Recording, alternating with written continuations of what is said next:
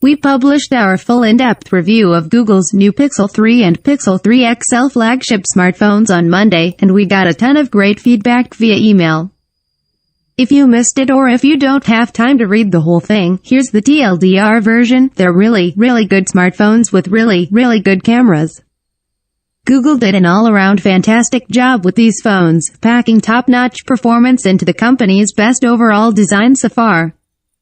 Pure Android runs like a dream on the new Pixel phones, and Google's AI-driven assistant brings in a bunch of useful extras.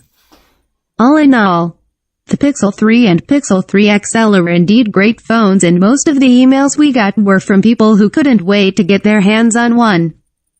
But the new Google phones are not without their flaws, of course, and many of the people who emailed us wanted more information about one annoying flaw in particular that we discovered. Especially since other reviewers apparently didn't dig deep enough to find it. Don't miss the best-selling Bluetooth earbuds with 7,605 star reviews are still down to $17. While the bulk of our review was overwhelmingly positive, there were a few things we didn't like about the Pixel 3 and Pixel 3 XL.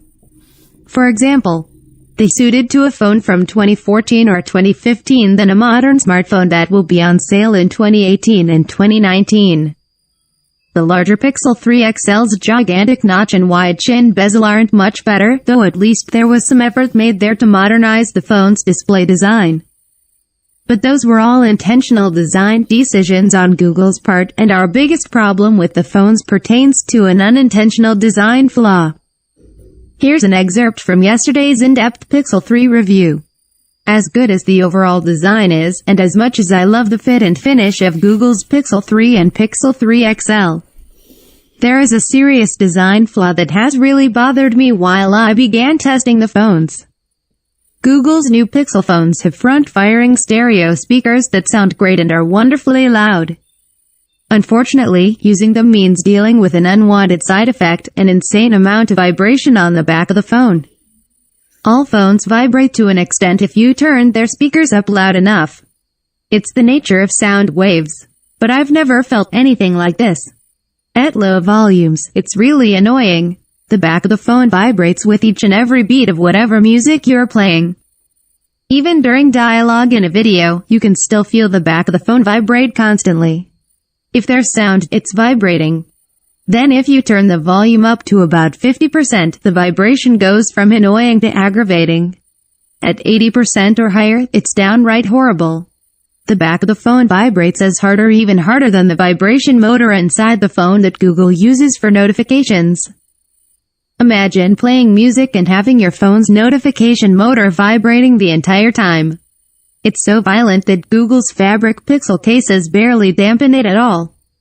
The whole point of the great stereo speakers on Google's Pixel 3 and Pixel 3 XL is so that you can watch videos or play music with the volume turned up nice and loud. If you plan to actually use the speakers, though, be prepared to either hold the phone with your fingertips by its aluminum edges, or to be very annoyed by all the vibration you're going to feel. If this was an iPhone, it would absolutely be a gate, probably vibration gate, or something like that, and the tech press would lose its collective mind over the issue. Let's see how bloggers react to the problem on a Google phone. Now, we haven't taken the time to read other Pixel 3 reviews out there, but we did skim a few.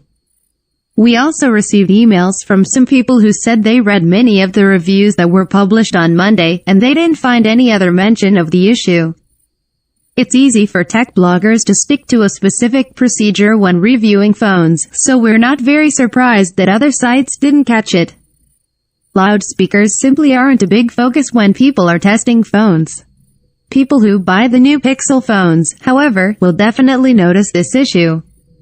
We live in a mobile-first age when people spend so much time on their smartphones. And mobile video has never been more popular than it is right now. People watch YouTube videos on their phones, they stream Netflix to their phones, and plenty more. Many people spend more time watching video on their phones than they do on TVs. In fact, I know people in their 20s and people with children in their teens who don't even have TVs. All of the content they watch is streamed to a smartphone or computer. Smartphone makers know how much time people spend these days watching content and playing music on their phones, and that's why loudspeakers have become such a big focus in recent years. Google even went as far as to talk up its new dual front-firing stereo speakers on stage during its big Pixel 3 event last week. This is a big, annoying problem the users are definitely going to take issue with, and I doubt there's anything Google can do to fix it short of redesigning the phone. BGR